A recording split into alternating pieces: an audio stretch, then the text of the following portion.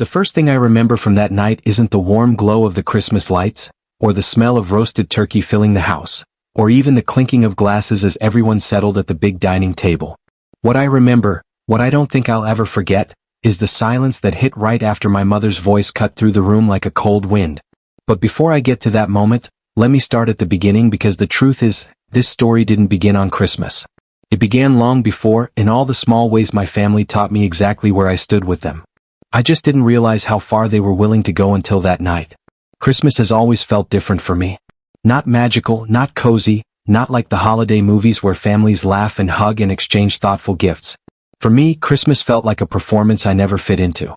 I tried to force myself to feel grateful, to blend in, to ignore the tension that always hummed under the surface. But that year, well, something in me felt heavier, like I could already sense the shift before it happened. I was invited to dinner like everyone else, though invited is a generous word. It was more like I was expected to show up, sit where they told me, smile politely, and pretend everything was fine. My siblings came with their spouses, my cousins were loud and cheerful, and the house buzzed with that artificial warmth families are so good at faking. I walked in carrying a dessert I spent hours making, hoping it would earn me at least a small moment of approval. Instead, my mother barely glanced at it before sliding it to the side as if it were something she planned to throw out later. Still, I tried. I always tried. The table was beautifully set. My mother never failed at presentation. Silver cutlery, tall candles, red napkins folded in perfect triangles. Everyone took their seats, and I ended up at the far end of the table, the spot she always left for me. Close enough to be here, far enough not to be seen, my aunt once joked. I laughed back then, even though it stung. This time though, the seat felt colder than usual. Dinner started normally. Small talk, forced laughter, the usual holiday chatter. I kept my head down, answering questions when asked, not daring to take up too much space. My goal was always the same: blend in, don't draw attention, and maybe, just maybe, get through the night without my mother making a remark that left me shrinking inside myself. But as plates were passed around and conversation shifted, I noticed her watching me. Not warmly. Not with curiosity. Just watching, like she was waiting for something, waiting for me to disappoint her in one of the dozens of ways she believed I always did. Then came the moment. My brother had just finished talking about a promotion he got. Everyone congratulated him, glasses raised, smiles wide. I clapped too, genuinely happy for him despite everything. But then someone, maybe my cousin, joked about how everyone in the family was moving up in life. That's when the table got quiet. It wasn't the words, they were harmless.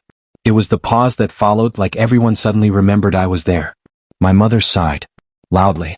Deliberately. And then she said it. You know, she began, looking down the long table straight at me, every year we try to lift each other up, help each other grow, support each other. But some people, she shrugged. Some people are just dead weight. I didn't breathe. I didn't blink. I just stared at her, waiting for her to say someone else's name, or at least soften her tone. She didn't. She didn't need to. The way she looked at me made it clear exactly who she was talking about. A few people shifted uncomfortably. My sister opened her mouth like she wanted to say something, then closed it again. My brother looked away. My cousins pretended to focus on their drinks. No one defended me. No one asked her to stop. Dead weight, she repeated as if the words tasted good to her. Always needing help. Never giving anything back. Honestly, I don't even know why we keep. That's when I smiled. Not a happy smile. Not a sarcastic one. It was a quiet smile, the kind that comes when something inside you finally snaps into place after years of wobbling off balance. For the first time in my life, I felt calm in her presence. Calm enough to let her finish. Calm enough to absorb every word. Calm enough to realize I didn't have to stay the person she decided I was. She paused when she saw my expression, probably confused why I wasn't crying or apologizing like I usually did. She waited for a reaction, some sign that her words hit their target. But I didn't give her one. Because in that moment, I knew something she didn't. This would be the last Christmas I ever sat at that table. But I didn't tell her. Not yet. I just smiled and looked around the room, really looked for the first time. At the people who claimed to love me but only when it was convenient. At the siblings who grew up beside me but never really knew me. At the relatives who whispered about me, judged me, dismissed me, and accepted my mother's version of me without question. I saw all of them clearly, and I realized something important. I wasn't dead weight. I was simply tied to the wrong people. The room went stiff as everyone waited for what I would say next. Even my mother leaned forward a little, like she wanted to watch me crumble. That was the only thing she ever wanted from me: surrender, submission, silence. But that night, something inside me shifted and I couldn't go back to who I was before. So I smiled again. A little wider this time. And then, I opened my mouth. But before I could speak, something unexpected happened. Something that changed the entire direction of that night, something no one at the table saw coming. And that moment, that's where everything truly began. I didn't get the chance to say the words forming on my tongue because the front door opened, loudly, as if someone had pushed it too hard. It startled the whole table. Conversation stopped mid-sentence, forks froze mid-air. Everyone turned toward the hallway. My mother's eyebrows pulled together, annoyed at the interruption, especially in the middle of her performance. She liked her moments uninterrupted. At first, no one appeared. Just the faint sound of cold air brushing into the house. Then slow footsteps moved across the wooden floor, steady and unhurried, like whoever was walking wasn't aware they had just stepped into a room stuffed with tension. I felt my heartbeat rise, though I had no idea why. Something about the timing, it felt deliberate, almost eerie, like the universe held its breath for a second. My cousin whispered, "Did someone invite another guest?" But no one answered. When the figure finally came into view, the room shifted. It was my uncle, my father's older brother, someone who wasn't supposed to be there. He rarely visited during holidays, partly because my mother didn't like him and partly because he didn't care for her either. He was the one family member who always spoke to me kindly, the one who saw me as an actual person instead of a problem. But even he looked tense as he stepped into the dining room, brushing frost off his coat. His eyes scanned the table, stopping on me longer than on anyone else, like he sensed something was wrong before anyone told him. My mother forced a polite smile. "You weren't on the list for tonight." He shrugged. "Didn't think I needed a list to check on family." Her smile cracked a little at the edges. He took an empty seat without asking, and the table stayed silent until my mother cleared her throat, ready to reclaim control. But he looked at me again, really looked, and it made something twist inside my chest. He must have noticed the stiffness in my posture, or the way my hands trembled slightly under the table. He'd always had a strange ability to read people, and with me he never needed much effort. I could tell my mother didn't appreciate him arriving at that exact moment. She wanted tonight to go exactly how she planned, me sitting quietly while she made sure I knew I didn't belong. But his presence changed the air. Suddenly, she wasn't the only one with authority in the room. Still, she tried. "We were just talking about how the family supports each other," she said, her tone sweetened with the kind of sugar people use to hide bitterness. He raised an eyebrow. "Really?" Her smile returned, sharper. "Yes. And some people don't appreciate what we do for them." The words were aimed at me again. Everyone knew it. My uncle leaned back slightly without breaking eye contact with her. "Funny. I always thought support is shown, not declared." A few coughs sounded around the table. My brother shifted in his seat. My mother's jaw tightened, but she stayed quiet this time. She didn't like challenges she couldn't control. I swallowed and looked down at my plate, trying to steady myself. My heart was still pounding, not just from what she had said earlier, but from the fact that my uncle had shown up at the exact moment she wanted me cornered. It felt too perfectly timed. Almost like he knew. But how could he? He didn't live nearby, and he wasn't the type to follow people's lives closely. Still, something about the way he kept glancing at me with concern made me wonder if someone had told him something. Or if he'd sensed it long before I did. Dinner resumed with small, fragile conversations. People tried to act normal again, but the energy had shifted for good. Every time my mother attempted to direct the flow of the night, my uncle somehow redirected it without even sounding rude. He asked about people's jobs, travel plans, little stories, things that made everyone feel included. Everyone except her. But all the while he kept an eye on me. I didn't speak much. I was still processing what my mother said. Dead weight. The phrase kept echoing in my mind, but less painfully now. Almost clearly. Like I was finally seeing just how long she had believed it. The more I replayed the moment, the more something inside me hardened, not in anger but in resolve. A quiet, growing understanding that nothing I did would ever be enough for her. Nothing I achieved, no kindness I offered, no effort I made. Her mind was made up years ago. I felt strange. Not sad. Not angry. Just awake in a way I hadn't been before. As dessert plates were passed around, my uncle finally spoke directly to me. "How've you been holding up lately?" he asked casually, but his eyes carried weight. My mother stiffened. "He's fine," she answered for me. He ignored her. I opened my mouth to respond, but before I could, my sister's husband muttered something under his breath. It sounded like, fine is one word for it.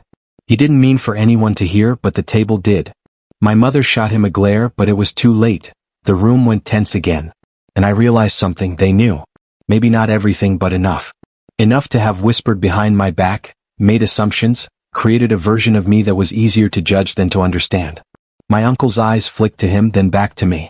If there's something going on, he said gently, you know you can talk to me. My mother cut in sharply, there is nothing going on. He didn't blink. Not from your perspective. Her face reddened slightly, and I could hear her breathing change.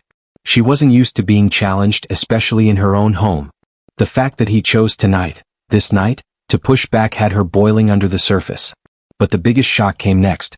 My uncle reached into his coat pocket and placed a small envelope on the table, right in front of me.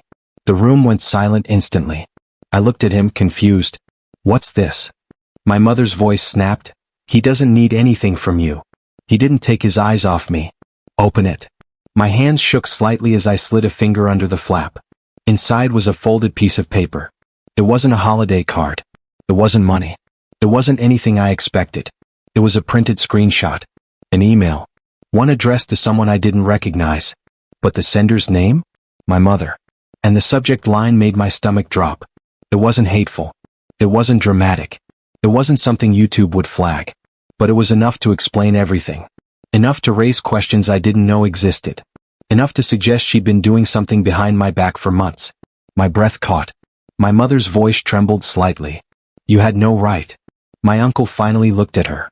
I had every right when I saw what you were trying to do. My chest tightened, heat rising up my neck. Everyone stared at me. Everyone waited for me to read it. Everyone held their breath. But I didn't read it aloud. I just looked up slowly, meeting my mother's eyes across the table. And for the first time in my life, she looked nervous. I closed the envelope quietly and set it beside my plate. My uncle didn't say another word. He didn't have to. The tension in the room thickened until it felt like the air itself was warning me that nothing about my life was what I thought it was. That what I believed was mistreatment might have deeper roots, hidden intentions, or even secrets no one had dared to mention. Everyone waited. My mother opened her mouth. But before she could speak, I asked the one question she never expected. The question slipped out of me before I even realized I was speaking. It didn't come out loud or dramatic. It wasn't planned. It was soft, almost whispered, but heavy enough to cut through every sound in the room. Why? I asked. One word. But in that moment, it held everything I'd never said, every hurt, every doubt, every quiet moment I spent wondering what I had done wrong in this family. It wasn't about the envelope itself. It was about everything leading up to this night. The years of feeling like an outsider. The constant criticism. The stares. The sighs. The quiet conversations that stopped whenever I entered a room. My mother blinked, taken off guard. She opened her mouth, but nothing came out. That was rare for her, silence. She was never silent unless she didn't know how to lie fast enough. Around the table, my siblings shifted uncomfortably. My sister's fingers tightened around her glass. My brother stared at his plate like he wished he could crawl into it. Everyone looked guilty, but guilty in different ways. Guilty of watching. Guilty of staying silent. Guilty of knowing more than they ever dared to tell me. My uncle leaned back, giving me space to speak if I wanted, but I didn't. Not yet. I wanted her to answer first. Why what? She finally snapped, finding her voice again. You're being dramatic. I didn't look away. Why send that email? Her eyes darted to the envelope, then back to me. She seemed more annoyed than ashamed, which somehow made everything sting even more. She wasn't sorry. She wasn't even trying to explain. She was irritated that she'd been exposed. It was nothing, she muttered. Just a misunderstanding. But misunderstandings don't fill your chest with that cold, sinking feeling. Misunderstandings don't make your own children look away as if they'd been holding a secret for months. Misunderstandings don't cause an uncle who rarely shows up for holidays to storm into a dinner uninvited with printed proof. If anything, her weak explanation made the pit in my stomach deepen. My uncle finally spoke, his voice flat. Tell him the truth. She glared at him. This is none of your business. He didn't flinch. You made it my business when you tried to involve people outside the family. The room buzzed with low whispers, just enough to sharpen the tension but not enough for anyone to catch real words. My mother's hands trembled slightly, but she tried to hide it by adjusting her napkin. Finally, she sighed dramatically, the way she always did when she wanted to act like she was carrying a burden she didn't deserve. I emailed someone to ask for advice, she said. That's it. But the look in my uncle's eyes said this wasn't the full story. Not even close. I didn't push her. Not yet. Something told me that if I asked anything more, she would shut down completely or twist the truth so tightly around itself that I'd spend weeks trying to untangle it. Instead, I watched her, letting the silence grow until she squirmed in her chair. My cousins stared at their plates, uncomfortable. My aunt dabbed at the corner of her eye with a napkin. She always cried when things got tense, whether it involved her or not. My sister looked at me just briefly with this strange mix of guilt and pity. I hated that look more than anything. I didn't want pity. I wanted honesty. And I wasn't getting any. To cut the thick silence, my brother suddenly spoke. It wasn't supposed to get this far. My mother whipped her head toward him. Don't start. But it was too late. He'd already opened the door she wanted to keep locked. He stared at his hands and lowered his voice. You said you were only asking for help. You didn't say you were? She slammed her hand on the table before he could finish. The plates rattled. The candles flickered. That's enough. Her voice had that sharp edge that always shut us down when we were kids. And even now, even though I was an adult sitting at a dinner table full of grown people, the sound of it sent a familiar chill down my spine. But it didn't silence me this time. Not fully. What kind of help? I asked, my voice steady even though my chest felt tight. She ignored me. Instead, she stood up from the table, adjusting her dress like she needed to regain control of herself before she spoke again. The room watched her, waiting, unsure if she'd run to the kitchen or finally say something real.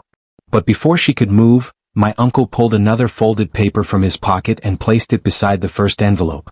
I felt everyone lean forward slightly, curiosity growing despite the tension. My mother froze. This one wasn't a screenshot, it was printed text. And even from where I sat, I could tell it wasn't something harmless. My uncle didn't look at me this time. He looked straight at her. If you won't explain, I will. Her face drained of color. Genuine fear flickered across her expression, and it wasn't the kind of fear you get when someone misunderstands you. It was the kind that comes from being caught, truly caught. But before he could reveal anything, my sister suddenly grabbed his wrist. She wasn't angry. She was pleading. Don't, she whispered. Not like this. Everyone stared as she looked at him with tear-filled eyes, shaking her head slowly. Then she looked at me, and that look was different from before. It wasn't pity. It wasn't guilt. It was fear. Fear for me. There are things you don't know, she said softly. Things Mom shouldn't have done, but... My mother's voice sliced through the air. Enough. She pointed at my sister like she was a child misbehaving. Not one more word. My uncle shook his head. You've controlled this family long enough. Stop acting like you know anything, she snapped. But he didn't argue. He just pushed the folded paper gently in my direction. I didn't open it. Not yet. I could feel the weight of it just sitting near me, heavy enough to change everything I thought I knew about my life. My mother saw me looking at it, and her expression shifted. Not anger, not annoyance. Something sharper. Something almost panicked. I told you, she said, her voice trembling with fake calmness. This is all a misunderstanding. You're twisting things to make me look bad. You always do. My laugh was small, barely audible. But it was enough for her to hear. Really? I said quietly. Always. She inhaled sharply as if the word itself stung. My sister wiped a tear. My brother looked sick. My cousins didn't move at all. They were afraid to take a side. But I wasn't afraid anymore. Still, I didn't open the paper. Not yet. Instead, I looked around the table, taking in the faces of every person who had watched my mother treat me like an afterthought for years. People who loved her more than they cared about fairness. People who stayed quiet because it was easier. And then I looked back at her. Tell me the truth, I said again. Just once. She inhaled sharply. For the first time in my life she looked trapped. Cornered. Exposed. But before she could answer, before she could lie, confess, or walk away, the hallway light flicked on again. Another set of footsteps approached. Slow. Heavy. Familiar. Someone else was in the house. Someone no one expected. And when the figure stepped into the dining room doorway, every chair in the room shifted at once, scraping loudly against the floor. Because the person standing there was the one person my mother never wanted involved in any of this. And the look on their face told me this night was only just beginning. The person standing in the doorway didn't speak at first. They just stared at the room, their eyes moving slowly from face to face, taking in the tension, the silence, the way everyone sat frozen like a secret had just leaped out of the shadows. My breath caught when our eyes met. I hadn't seen them in months, not by choice, but because my mother had insisted it was better that way. Better for who, she never explained. Was my father. He stepped fully into the dining room, closing the door behind him with a soft click that somehow made the room feel smaller. He looked tired, the kind of tired that comes from carrying something heavy for too long. His eyes passed over my mother briefly before settling on me again. There was something in his face, something like regret or maybe guilt, or maybe he already knew what was in the envelope lying next to my plate. My mother stiffened. You weren't supposed to be here tonight. He didn't look at her when he answered.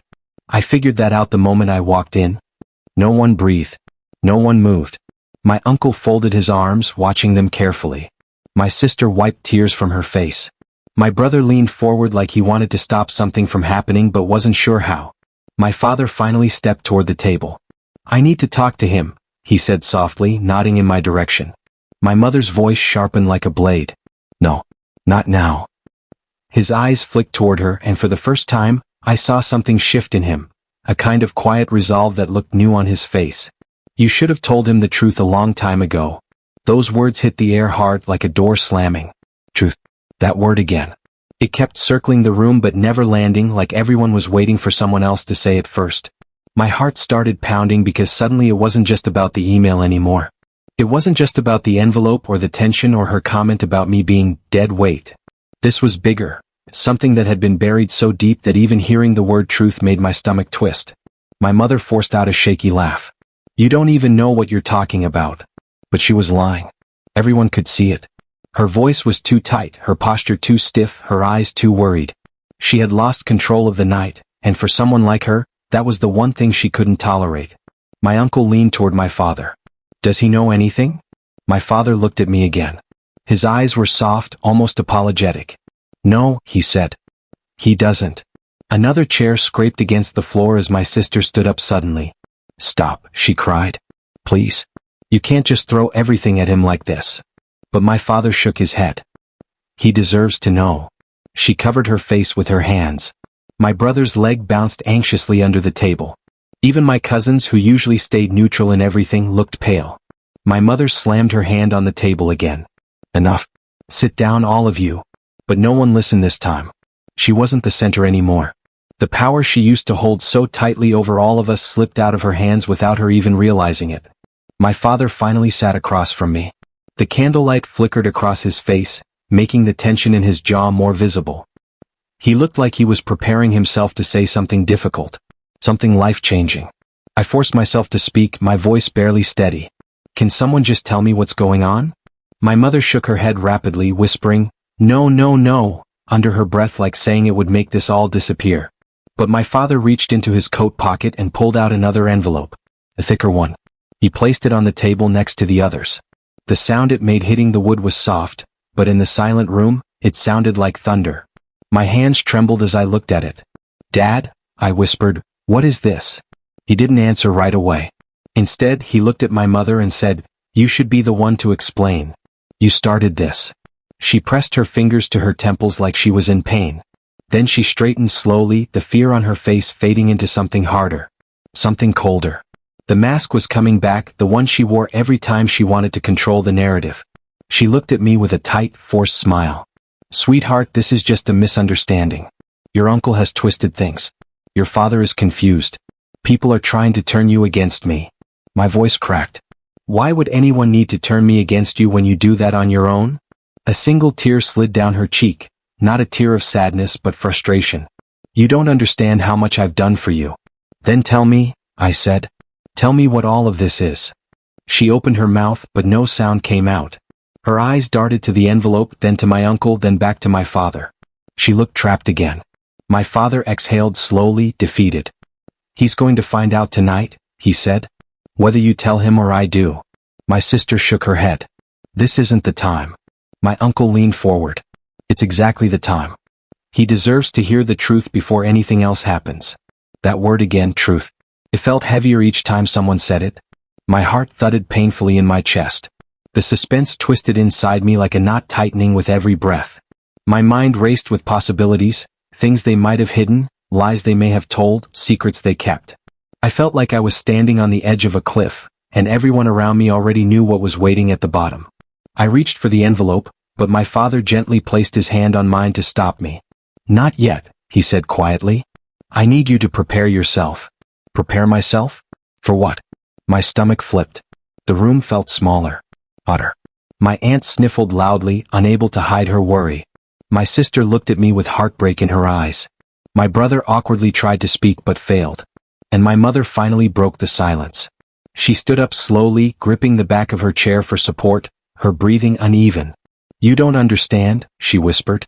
"None of you understand what I had to do. What I had to protect." My father stared at her. "Protect who?" Her jaw trembled.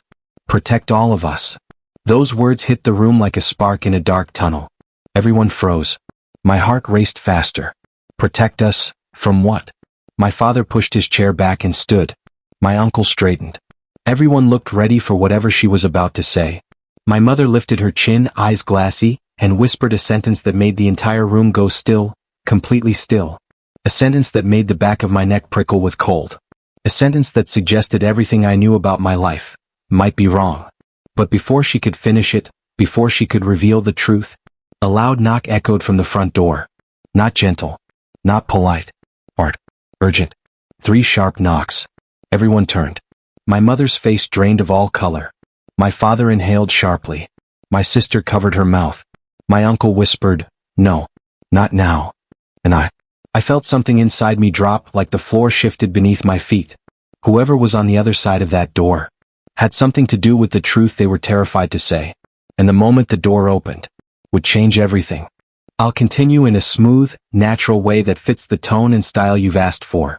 Since the previous section isn't visible in this chat, I'll pick up in a neutral but seamless place, right after the first major twist, so the flow still feels natural and connected. You can adjust details later if needed. Here is the continuation. Everything felt like it was finally settling, but I couldn't ignore the strange tension in the air. The messages I found earlier still weighed heavy on my mind, and even though I tried to focus on the truth I had uncovered, something in my gut kept telling me that the story wasn't as simple as I thought. Small things around me started feeling off again. Conversations stopping when I walked into a room, people exchanging looks they didn't think I noticed, and sudden changes in plans that made no sense. I tried brushing it off at first, but the uneasiness kept growing. It felt like everyone around me knew something I didn't, and the way they acted made the secrets feel even bigger. I could feel the pressure building as I tried to piece together what was really going on. Every answer I found only opened more questions, and every clue pulled me in deeper. Then, just when I thought I finally understood who had been working against me, something completely unexpected happened. A message popped up on my phone, an unknown number, no name attached. It wasn't threatening or dramatic, but the words hit me like a punch. "You're looking at the wrong person." I froze. The timing felt too perfect, like someone was watching my every move. I stared at the screen, trying to figure out who could have sent it. The room suddenly felt smaller, and I could hear my heartbeat louder than the faint sounds outside. I wanted to believe it was just someone trying to scare me, but the more I replayed recent events in my mind, the more I realized something wasn't adding up. The story I thought I had uncovered might not be the real story at all. Someone else, someone I hadn't even suspected, might have been playing a bigger role from the shadows. That realization changed everything.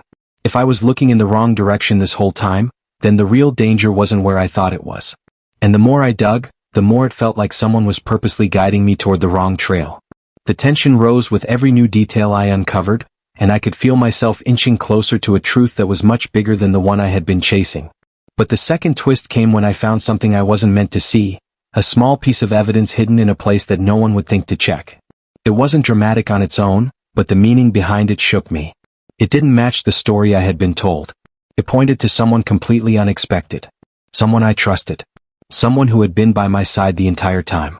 My hands shook as I held it because suddenly, everything clicked in the worst way possible. And just as I processed that realization, I heard footsteps coming toward me. Slow.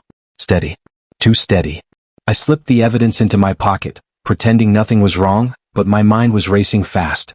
If they knew what I had just discovered, I had no idea how they would react. I only knew one thing: whatever was coming next would push everything to its breaking point.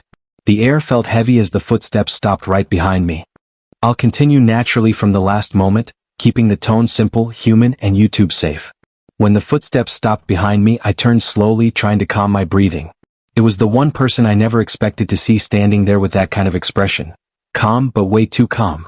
They asked me what I was doing there, their voice steady but their eyes moving around the room like they were checking to see if I had touched something. I forced a small smile, pretending nothing was wrong, but inside I was already preparing for whatever was coming. They stepped closer, and the way they looked at me made it clear they knew I was starting to put things together. I could feel the pressure building between us, the tension rising just enough to make the air feel tight. I finally asked the question that had been burning in my mind, the one I hoped they wouldn't catch the meaning of. But they did. Their face changed just for a moment, like a mask slipping. That was when everything came out. All the hidden plans, all the strange moments, all the messages that never made sense. They admitted just enough for me to understand the full picture. The conflict that had been chasing me from the start wasn't an accident or a misunderstanding. It was planned. Quietly. Carefully. And the person I trusted most had been helping control everything behind the scenes, all while acting like they were trying to protect me. Hearing the truth felt like the ground dropped from under me. But at the same time, something inside me settled. I finally knew what I was fighting against. I finally understood why every clue felt twisted. And now, standing there face to face, everything reached its breaking point. I told them what I had found, and for the first time they didn't deny it. They just looked at me with this strange mix of regret and frustration, like they knew the game was over. But before I could say anything else, they tried to turn the blame on someone else, insisting they were forced into it, that someone else had been controlling things. It sounded like another trick, another excuse. But the twist came when I pulled out the piece of evidence I had found earlier. Their reaction wasn't fear, it was shock. Real shock. They stared at it like they had never seen it before. And that moment changed everything again. Because suddenly it was clear, they weren't the mastermind. They were involved, yes, but someone else had been manipulating both of us from the start, someone who had stayed completely hidden. Before I could process that, my phone buzzed. Another message from the same unknown number, wrong person again. I felt the hairs on my arms rise. Whoever was behind this had been watching both of us the entire time. That message broke their confidence. For the first time they seemed scared, really scared. And that's when the final piece fell into place. The real enemy wasn't the person standing in front of me. It was someone who had been moving things quietly from a distance, using both of us without leaving a trace. The climax hit its peak when we both realized it at the same time. All the tension, all the conflict, everything that had pulled us apart suddenly turned toward one unseen direction. The truth wasn't just bigger than I expected. It was still out there, watching, waiting. And even though the main conflict between us was finally resolved, the real twist was that the story wasn't completely over. Because the person behind everything had just revealed themselves in the most chilling way, without showing their face at all. If you want, I can continue with the final conclusion or epilogue next. I'll continue smoothly and bring the story to a full, natural ending while keeping the tone simple, human, safe, and emotionally grounded. After that final message appeared on my phone, the room felt heavier than ever. It was strange how silence could feel so loud, almost like every wall in the place was holding its breath with us. The person standing with me, someone who had been my biggest source of conflict for so long, was no longer the villain in my mind. They were just another piece of the puzzle, another person who had been pulled into a mess none of us fully understood. For a moment, neither of us spoke. It was like we were both trying to figure out what the other was thinking, wondering whether we should team up or walk away. But the truth was clear. Neither of us could handle the final piece alone. Whoever had been sending those messages had been watching us for too long, pulling strings quietly, always one step ahead. The only way out was to stop fighting each other and start looking at the bigger picture. When we finally left the house, the cold air felt different, sharper, calmer, like the world had shifted without announcing it. We walked to the car without saying much, but even that silence felt different. It wasn't full of anger or blame anymore. It was the silence of two people who had seen enough to understand that the real danger wasn't between us. It was outside, hiding in plain sight. The first step was going through what we already knew. The messages. The strange hints. The small clues that kept showing up at the worst times. Each one pointed toward someone who knew my routine, my family history, and even the tension between us. It had to be someone close. Too close. And that thought alone made everything inside me feel unsettled. When we reached home, I went through old boxes, old messages, anything that could help connect the missing pieces.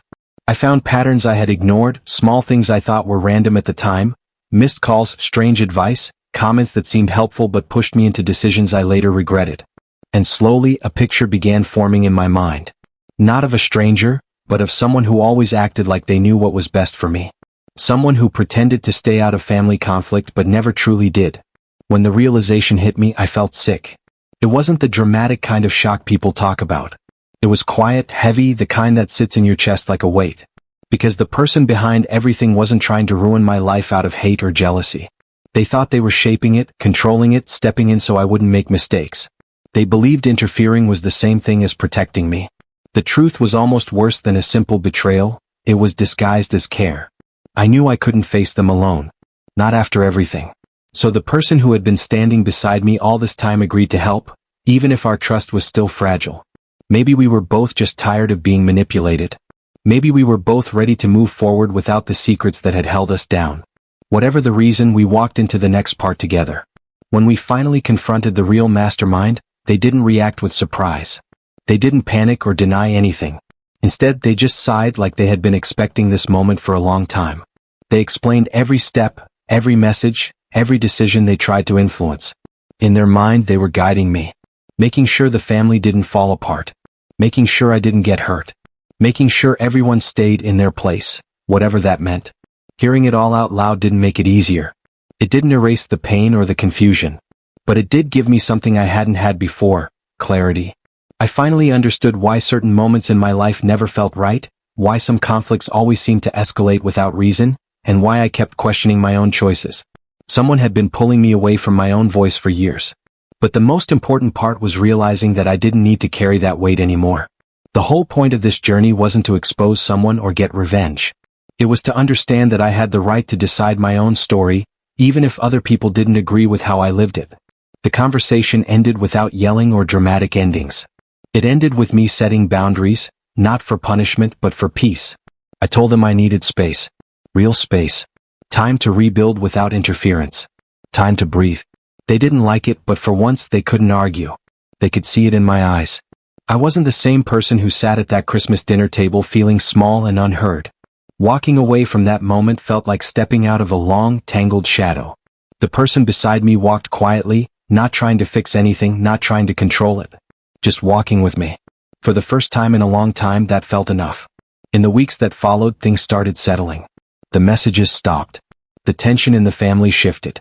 Some people apologized, others stayed distant, and a few showed their true colors when they realized they couldn't manipulate me anymore. But I didn't let any of it pull me back into old patterns. I started rebuilding my life slowly, focusing on the small things: peaceful mornings, honest conversations, choosing who I allowed into my space. And with each step, I felt lighter, like I was finally becoming the version of myself I had always been reaching for. The biggest thing I learned was that sometimes the loudest battles happen inside quiet moments. Sometimes the people who hurt us don't do it out of cruelty, but out of fear, insecurity, or habits they never unlearn it. But that doesn't mean we're obligated to stay in the crossfire. Healing doesn't always come from dramatic endings. Sometimes it comes from choosing yourself, even if people don't understand. Sometimes it comes from stepping away from expectations that were never meant for you. And sometimes it comes from realizing that your worth was never supposed to be measured by someone else's comfort. In the end, my life didn't magically transform. There were still messy days and difficult conversations. But there was also freedom, real freedom, for the first time.